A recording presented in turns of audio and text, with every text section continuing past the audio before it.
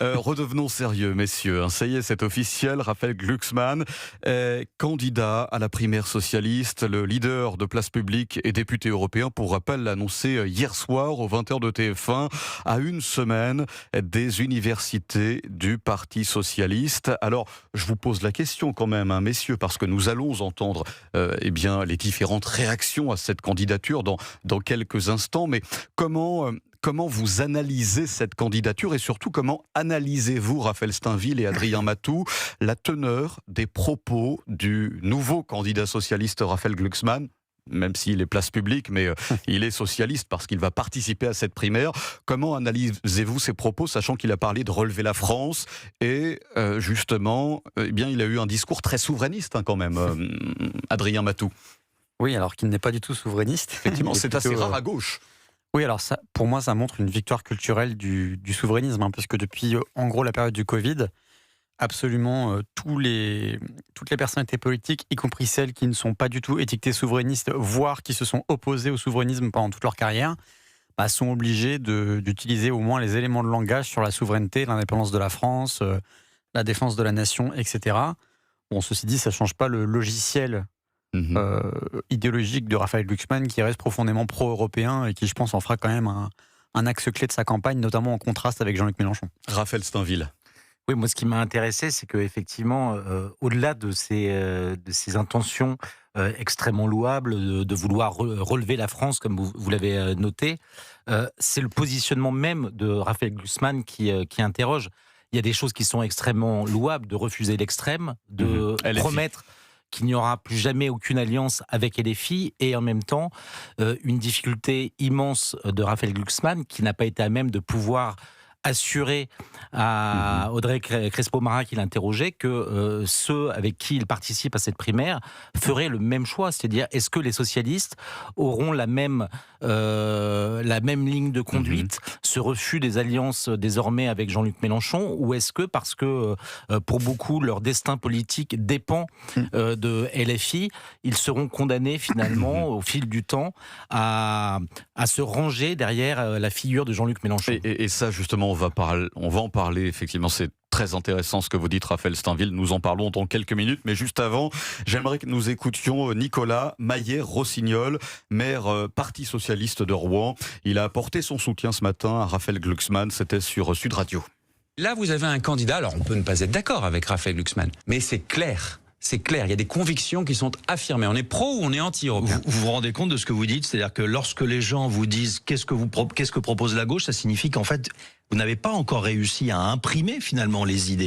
Vous partez tard dans la course. Je pense qu'on aurait dû partir plus tôt, ça c'est très clair. Je parle du Parti Socialiste, je pense qu'on aurait dû s'affirmer beaucoup plus fortement ces dernières années. Pour la première fois, l'extrême droite est largement favorite. Ce qui n'était pas encore le cas en 2022 et en 2017, même si elle était déjà très haut dans les sondages. Absolument. Et donc c'est le combat d'une vie, c'est le combat d'une génération.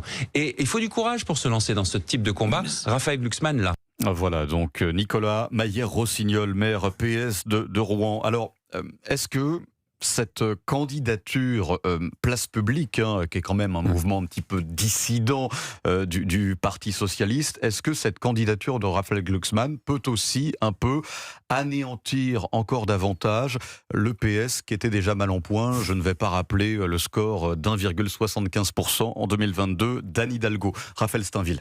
Non, mais si aujourd'hui ils en sont condamnés à faire appel peut-être à Raphaël Glucksmann, c'est précisément parce qu'ils ont compris qu'ils n'avaient pas aujourd'hui de voix suffisamment forte pour pouvoir porter un projet. Mais le problème de Raphaël Glucksmann, malgré tout, c'est que ce projet, aujourd'hui, il se construit d'une certaine manière en opposition à Jean-Luc Mélenchon, dont pourtant il partage un certain nombre de thèmes. Et là où Jean-Luc Mélenchon a déjà un corpus, une doctrine, une vision, lui, finalement, il se construit et en opposition du macronisme qui aurait échoué et de Jean-Luc Mélenchon, dont il se méfie des outrances et de son virage antisémite. Bien sûr. Alors, les accusations que nous entendons à l'endroit de Raphaël Glucksmann, notamment à l'extrême gauche, c'est que ce serait un Macron bis. Et c'est vrai que Raphaël Glucksmann essaye de se défaire de cette image. Est-ce que c'est vrai ça alors, Adrien Matou? Quel est votre regard sur cette question? Parce que, Raphaël Glucksmann est un social-libéral. Peut-on le comparer à Emmanuel Macron, ou bien vous trouvez la comparaison un peu fort de café? Je dirais pas que c'est un Macron bis. Après, il y a effectivement des points communs. De fait, Raphaël Glucksmann est beaucoup plus proche d'Emmanuel Macron que Jean-Luc Mélenchon et que toute la gauche radicale. Il y a d'autres points communs quand même. C'est-à-dire qu'Emmanuel Macron a lui aussi commencé au sein du Parti socialiste. Il y a beaucoup d'anciens macronistes déçus parce qu'ils estiment être un tournant trop droitier justement du macronisme qui ont rejoint Raphaël Glucksmann. Je pense à Sacha Houlié, je pense à Aurélien Rousseau. Il y a aussi Marguerite Cazeneuve qui conseille Raphaël Glucksmann, qui était une cadre macroniste. Il y a les convictions pro-européennes. Après, sur le plan économique, il est quand même beaucoup moins libéral que ne l'est Emmanuel Macron. Et sur le plan régalien, il est beaucoup plus aligné sur les convictions de la gauche, en termes d'immigration, etc., de sécurité, qu'Emmanuel Macron. Ceci dit, en fait, Raphaël Glucksmann a beaucoup de manques et de choses qui vont être difficiles à faire pour lui, mais il y a peut-être un atout, c'est qu'il y a justement un électorat qui est un électorat historiquement socialiste de centre-gauche qui a voté pour Emmanuel Macron en 2017, qui est déçu par le macronisme, qui n'a pas envie de voter pour un des héritiers directs de Macron, que sont Gabriel Attal ou Édouard Philippe, et qui pourrait, je dis bien pourrait, voter pour un candidat estampillé social-démocrate. C'est ce qu'il espère, en tout cas, c'est récupérer cet électorat-là. Alors, Raphaël Glucksmann, attention, et personne ne dit qu'il a encore et déjà gagné cette primaire socialiste. Malgré tout, il ne pourra pas gagner la présidentielle seul, si tant est qu'il soit le candidat désigné par cette primaire socialiste. Alors, il aura besoin de soutien. J'aimerais que nous écoutions Sandrine Rousseau que tout le monde connaît, députée écologiste de Paris. Elle a réagi au soutien de Yannick Jadot, son camarade, à la candidature de Raphaël Glucksmann. Elle était sur France 2 ce matin. Je ne ferai pas la campagne de Raphaël Glucksmann, mais Yannick Jadot avait déjà participé à un de ses meetings et il a déjà dit qu'il soutiendrait. Voilà, moi, je fais un travail au sein de mon parti pour faire en sorte qu'il y ait un vote et que ce vote ensuite aboutisse à une alliance et à des discussions avec la France Insoumise. Voilà, mais en fait, je respecte absolument la position de Yannick Jadot. Je dis juste qu'il faut que ça soit tranché de manière un peu collective et que ce ne soit pas juste des déclarations comme ça, qu'on fasse un travail au sein du parti. Et c'est pour ça que moi j'en appelle à un vote et à une décision des militants. Voilà, alors c'est vrai qu'on fait un pas de côté en parlant des écologistes, mais on parle toujours de cette gauche morcelée avec ces écologistes dont on a vu certains ce week-end, une dizaine au total, notamment Cyrielle Châtelain, participer dans la Drôme aux universités d'été de la France Insoumise. Les écologistes étaient déjà divisés à l'époque d'Europe Écologie Les Verts. Là, ça ne s'arrange pas, Raphaël Steinville, avec cette histoire. Oui, il y a même 3 lignes entre ceux qui hésitent entre Jean-Luc Mélenchon et Raphaël Glucksmann, et puis, plus minoritaire encore, Marine Tondelier, qui ne désespère pas de pouvoir proposer sa candidature et de creuser son sillon. Mais d'une certaine manière, vous notiez au début que Raphaël Glucksmann ne peut pas gagner seul. C'est précisément pour ça qu'il participe à cette primaire, parce qu'il a besoin de l'appareil et des financements du Parti socialiste pour pouvoir s'engager. Mais il lui faut quand même largement élargir encore davantage s'il veut pouvoir espérer faire autre chose qu'un score de témoignages. Bon, et alors, Adrien Matou, j'aimerais quand même profiter de vos lumières, parce que cette primaire socialiste qui aura lieu sur 2 tours, en octobre prochain, je vais pas vous mentir, beaucoup de nos auditeurs n'y voient pas clair du tout. Personne n'y comprend rien. Comment ça va se passer? Parce que vous êtes d'accord, Adrien Matou, ça a été une gigantesque cacophonie, cette annonce et sur le mode notamment de désignation. Je vous épargne les débats durant des mois sur le périmètre de la primaire, sur le mode de fonctionnement, parce que ça va se passer de manière assez simple en réalité. Il faudra débourser 15 €. Ça, c'est acté, ça. Qui a fait polémique. Et il faudrait être militant, PS et ou place publique. Avec des adhésions à jour. Voilà.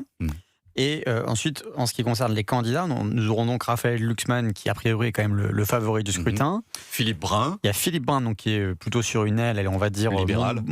Plutôt Montebourg, plutôt héritier d'Arnaud Montebourg, on va dire, pour résumer. Vous avez Jérôme Gage, qui est assez proche de Raphaël Glucksmann et pas totalement sur la même position. Et peut-être Olivier Faure, qui lui, on le sait, défendait l'idée d'une primaire beaucoup plus large, où il y aurait toute la gauche non mélenchoniste. Bon, il n'a pas eu gain de cause, il a été mis en minorité au sein du PS, mais il réfléchirait à se présenter en se disant « je suis le chef du PS et je suis peut-être celui qui est le plus à même d'amener le reste de la gauche autour de moi ».